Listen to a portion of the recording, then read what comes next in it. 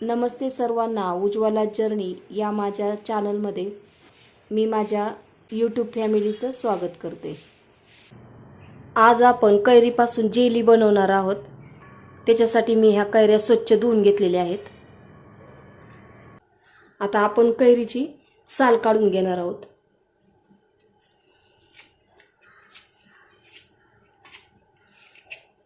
तुम्हाला कोणताही पदार्थ करायचा असेल ना तर अशा कडक कैऱ्या पाहिजेत। लूज पडलेल्या कैऱ्या त्याची साल सुद्धा व्यवस्थित निघत नाही आणि ती खिस्त सुद्धा येत नाही।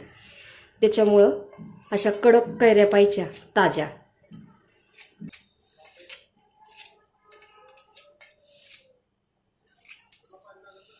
कैरीची आपण सर्व साल काढून घेतलेली आहे। अशाच पद्धतीने दुसऱ्या कैऱ्यांची पण साल आपण काढून घेऊयात।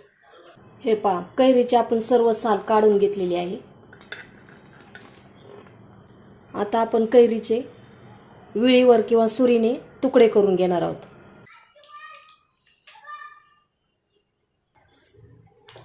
कोवळ्याचं आहे त्याच्यामुळे ही अशी जी कोई निघते ना ती सुद्धा बाजूला काढून घ्यायची।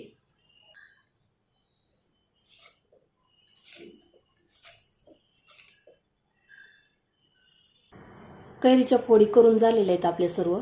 याच्या ह्या बाजूला काढलेल्या कोय।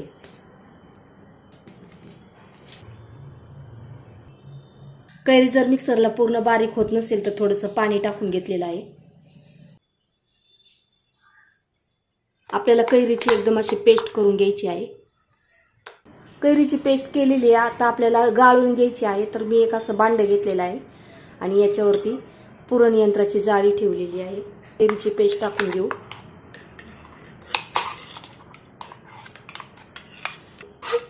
मिक्सरला कैरी बारीक करताना याच्यात तुकडे राहतात आणि आपण कैरीची जेली बनवणार आहे, त्याच्यामुळे मग ही आपण पुरण यंत्राच्या चाळणीने छान अशी पेस्ट चाळून घेऊयात।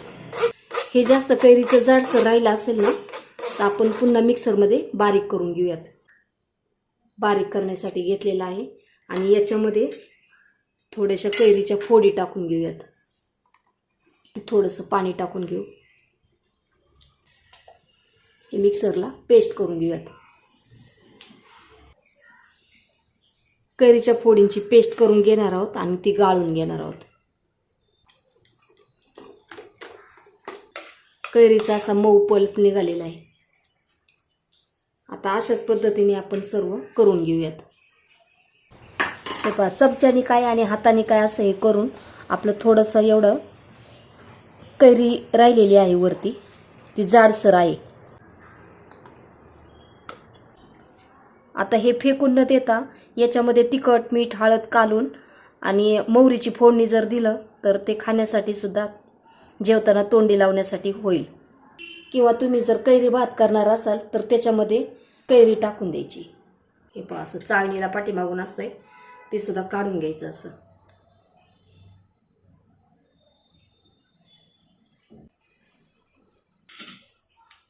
हा पल्प आपण मोजून घेऊयात। ही मोठी वाटी आहे।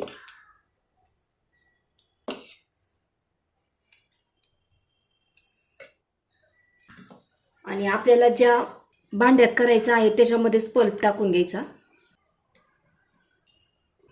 4 वाटी पल्प भरलेला आहे। त्या वाटीने 4 वाटी पल्प भरलेला आहे आणि आपण साखर याच्यामध्ये पल्पच्या निम्मी टाकणार आहोत। आपण 2 वाटी साखर टाकलेली आहे, कारण आपल्याला हे जास्त गोड करायचं नाही। आंबट गोड ती चटपटीत अशी चव आपल्याला जेलीची बनवायची आहे, त्याच्यामुळे आपण साखर थोडीच घालणार आहोत। हे पहा, अगोदर आपण सर्व मिक्स करून घेऊयात साखरी।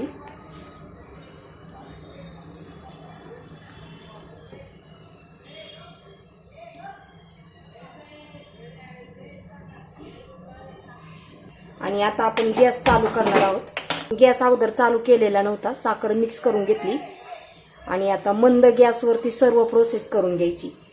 फुल गॅस अजिबात करायचा नाही आपल्याला।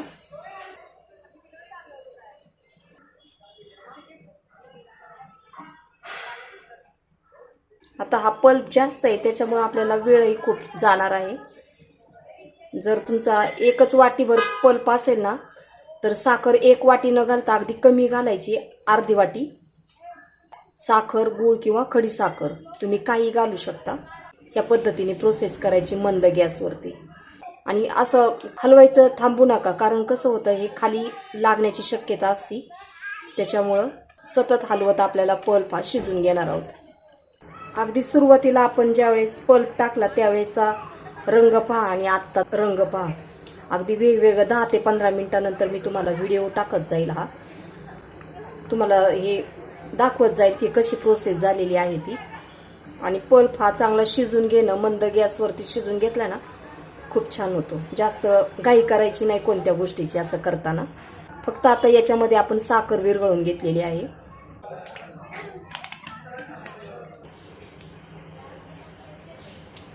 हे पाहतो तुम्ही साईडला पाहिलं होतं ना की पूर्ण भरलेला आपला पॅन होता. आता शिजत शिजत आल्यानंतर असा कमी होत आलेला आहे पहा. आता याच्यामध्ये मी काळं मीठ टाकून घेत आहे 1 टीस्पून. आपण याच्यामध्ये चाट मसाला टाकून घेऊयात 1 टीस्पून. जिरं भाजून मी त्याची पावडर केलेली आहे ते 1 टीस्पून.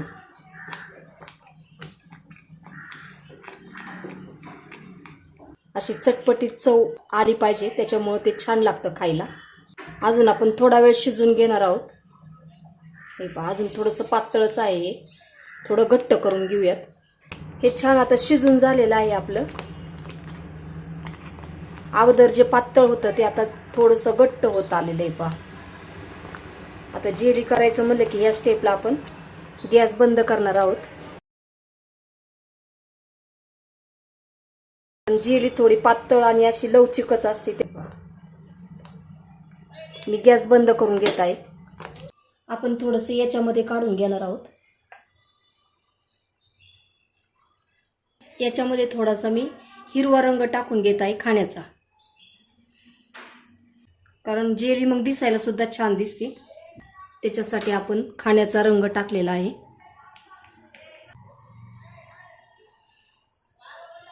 केकचा टीन घेतलेला आहे. याला तूप नाही तर तेल थोडंसं लावायचं, अगदी थोडंसं लावलेलं आहे. आपण याच्यामध्ये सेट करण्यासाठी ओतणार आहोत.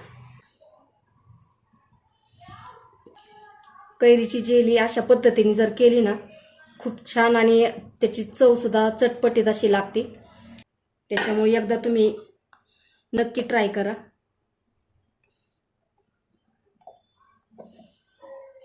आता आपण हे सेट करायला ठेवणार आहोत. आता याच भांड्यामध्ये पुन्हा अजून टाकून घेत आहे ऑरेंज कलर टाकणार आहोत. जेली खाताना कशी रंगीत दिसली ना मग मुलांना पण जास्त खाऊ वाटते आणि ती आवडती पण, त्याच्यामुळे मी रंगीत करणार आहे. आता हे आपण ताटात ओतून घेऊयात. ताटाला अगदी थोडंसं तूप नाही तर तेल लावायचं, अगदी थोडंसं, जास्त नाही, ताटाला खाली चिटकू नये म्हणून.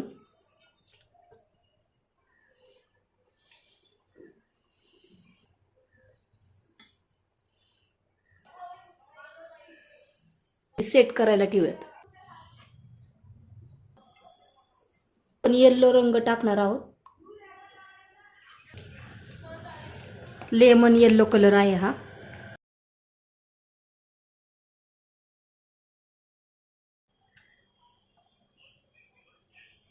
आपण ह्या भांड्यात सेट करायला ठेवणार आहोत.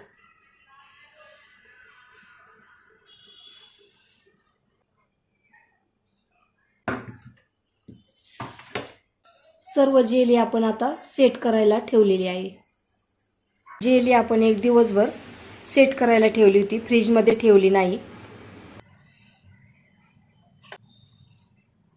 हे पहा मस्त आपली जेली अशी सेट झालेली आहे. हे पहा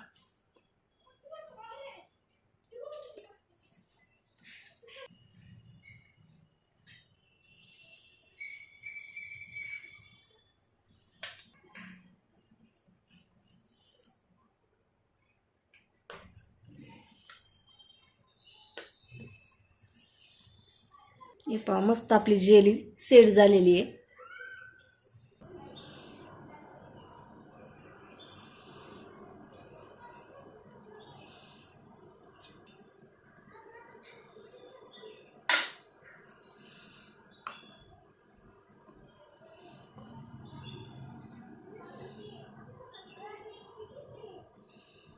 हे पहा मस्त अशी आपली जेली तयार झालेली आहे. पहा मस्त.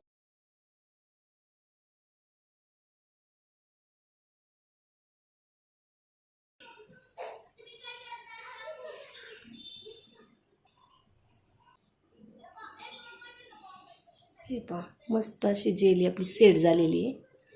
हे पहा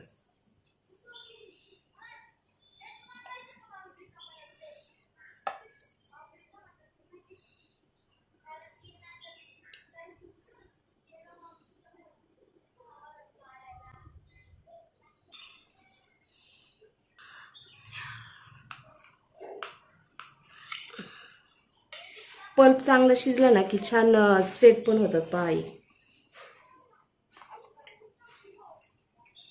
हे पहा मस्त अशी आपली जेली तयार झाली आहे. पहा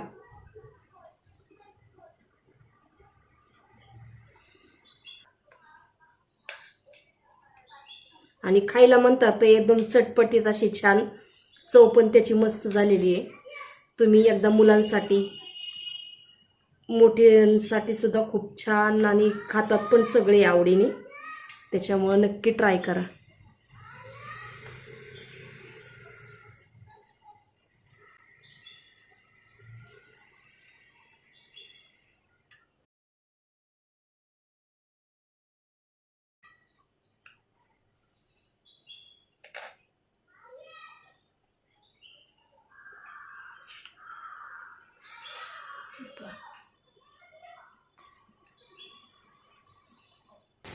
हे पहा जेली आपण सर्व अशी ताटात वेगवेगळी करून ठेवलेली आहे आणि फॅन खाली सुकवलेली आहे. हे पहा आपली जेली सर्व छान तयार झालेली आहे.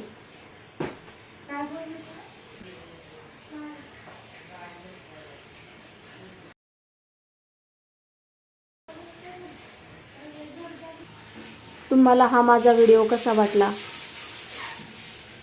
व्हिडिओ आवडला असेल तर लाईक, शेअर आणि सबस्क्राईब करायला विसरू नका. धन्यवाद.